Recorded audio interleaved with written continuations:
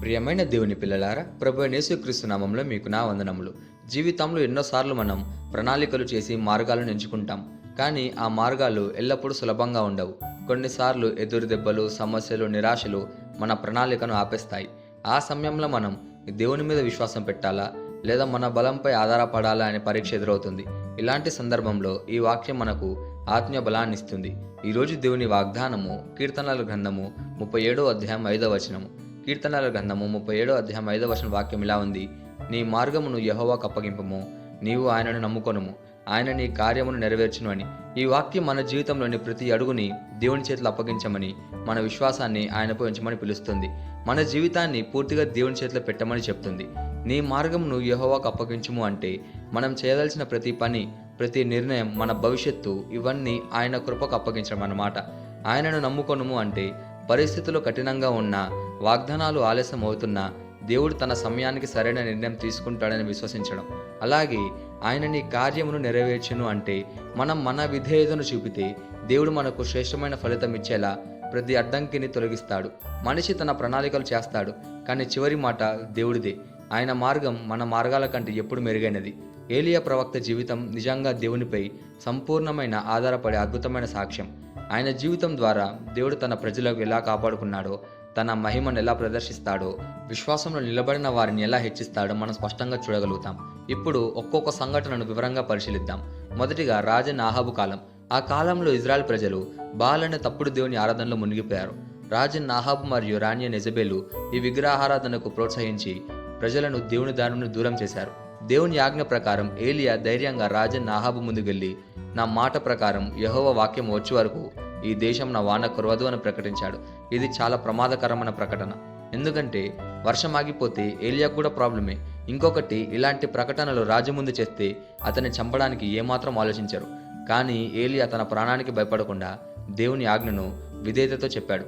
ఇక్కడ మనం నేర్చుకోవాల్సిన పాఠం ఏంటి అంటే, దేవుని వాక్యాన్ని ప్రకటించే వారికి ధైర్యం మరియు విధేయత ముఖ్యము అని. రెండోదిగా, కెరాతు ప్రవాహం దగ్గర పోషణ. వర్షం ఆగిపోవడంతో దేశమంతా కరువు చెలరేగింది. ఈ సమయంలో దేవుడు ఏలియాను కెరాతు ప్రవాహం వద్దకు పంపి అక్కడ దాచాడు. ప్రవాహం నుండి తాగడానికి నీళ్ళు ఇచ్చాడు. కాకులు ప్రతిరోజు రొట్టెను, మాంసము తెచ్చి అతనికి భోజనం పెట్టేవి. ఇది ఒక అద్భుతం. ఎందుకంటే కాకులు సాధారణంగా ఆహారాన్ని దాచుకోవు, అలాగే పంచుకోవు. కానీ దేవుని ఆజ్ఞకు ప్రకృతి సైతం లోబడుతుంది. ఇక్కడ మనం నేర్చుకోవాల్సిన పాఠం ఏంటి అంటే, దేవుని మీద ఆధారపడిన వారిని ఆయన ఏ మార్గాలలోనైనా పోషిస్తాడు అని. మూడోదిగా, సారెపాతు గ్రామంలో విధవారాల ఇంట్లో అద్భుతం. ప్రవాహం ఎండిపోయిన తర్వాత దేవుడు ఏలియాను సారెపాతు పట్టణానికి పంపాడు. అక్కడ ఒక విధవరాలు మరియు ఆమె కుమారుడు కరువుతో, ఆకలితో బాధపడుతున్నారు. విధవరాలు వద్ద కొంచెం పిండి మరియు కొద్దిగా నూనె మాత్రమే ఉంది. ఏలియా ఆమెను చూసి, మొదట నాకు కొంచెం రొట్టెను చేసి తినిపించు అని అన్నాడు. మానవ దృష్టిలో ఇది అసాధ్యం. ఆకలితో ఉన్న తల్లి చివరి ఆహారాన్ని ఒక పరదేశికి ఎలా ఇస్తుంది? కానీ ఆ విధవరాలు దేవుని వాక్యానికి విధేయత చూపింది. దీని ఫలితంగా ఆమె ఇంట పిండి మరియు నూనె ఎప్పటికీ తక్కువ కాలేదు, కరువు ముగిసేంత వరకు. ఇక్కడ మనం నేర్చుకోవాల్సిన పాఠం ఏంటి అంటే, దేవుని ఆజ్ఞకు లోబడితే కొరత మధ్యలో కూడా ఆయన సమృద్ధిని అందిస్తాడు అని. నాలుగోదిగా, కర్మేల్ పర్వతం వద్ద సవాలు. నిజమైన దేవుని ప్రదర్శన. ఏలియా బాల్ ప్రవక్తలకు సవాలు విసిరాడు. నిజమైన దేవుడు ఎవరో మనము తెలుసుకుందాం. ఎవరి బలిని ఆకాశం నుండి నిప్పు వచ్చి దహనం చేస్తుందో అదే సత్యదేవుడని.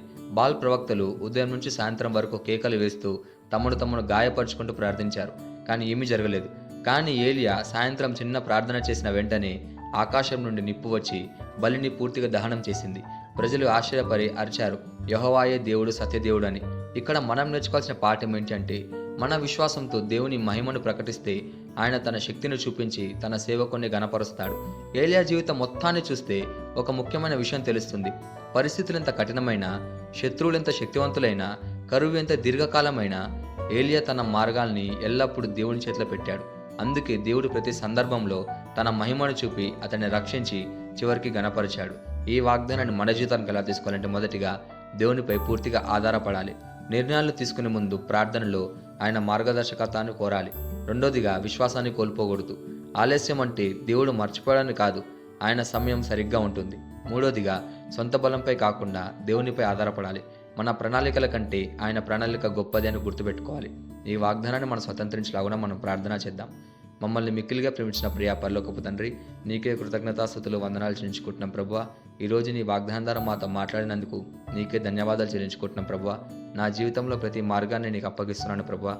నా ప్రణాళికలు, నా ఆలోచనలన్నీ నీ చిత్తానికి లోబడేలా కావాలని కోరుకుంటున్నాను ప్రభా. ఎంత ఆలస్యమైనా, ఎంత కఠినమైనా నీ సమయమే ఉత్తమమని నమ్మే విశ్వాసాన్ని నాలో పెంచుము ప్రభా. నా చేతులు ఏమి ఉన్నా లేకపోయినా నీ చిత్తమే నెరవేరాలని కోరుకుంటూ యేసుక్రీస్తు నామములో అడుగుచున్నాము తండ్రి. ఆమేన్.